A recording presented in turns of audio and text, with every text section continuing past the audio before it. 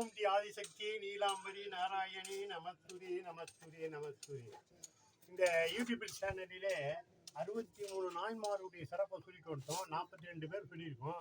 இப்போ 21 பேர் 63 நாயன்மாருடைய சிறப்பை யூடியூப் சேனலில் பாருங்கள்.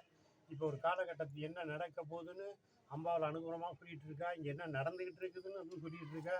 அதனால் நீங்கள் நாயன்மார்களே, சிவாடியார்களே, இந்த நாயன்மாருடைய சிறப்பை நீங்கள் கேட்கணும். இவர் யாருன்னு கேட்டால் குற்றவ நாயனார், வீரமிக்க குறுநில மன்னர். இவர் செங்கோலாட்சி சிவந்த திருத்தலத்தில் இந்த திருத்தலத்தில் காப்பாளர் மரபில் தோன்றிய குற்றவநாயனார்.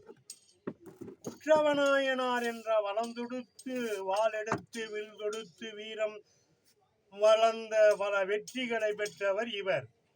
பகைவர்களுக்கு குற்றம் போல் தோன்றுவார். அதனால் இவர் பெயர் குற்றவநாயனார் என்று பெயர் பகுதட்டார். இப்பேற்பட்ட வல்லமை உடையவர் பாருங்க. ஆனால் இவர் பெயர் குற்றநாயனார். இவர் அந்தணரிடம் மணிமகுடத்தை சூட வேண்டினார். அந்தணர்கிட்ட கேட்டார். அந்தணர்களாம், அப்பா உனக்கெல்லாம் நம்மளாலாம் முடியாதுப்பா, நாங்களாம் உனக்கு மணிமகுடம் சூடலாம் முடியாது, அது நீ வேற யாருன்னா பார் அப்படின்ட்டு சொல்லிட்ட மன வருத்தத்தோட.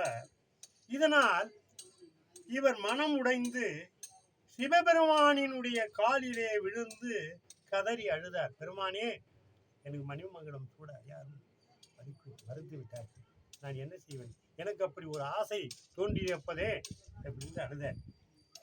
சிவபெருமான் இவர் கனவிலேயே தோன்றி, குற்றவா, என் திருவடி தொழுவாய், என் திருமேனி முடியே உனக்கு மகுடமாய் சூடும் என்று இவருடைய அன்புக்கும் அருளுக்கும் ஆசைப்பட்டு பெருமான் இந்த நிகரை தந்தார்.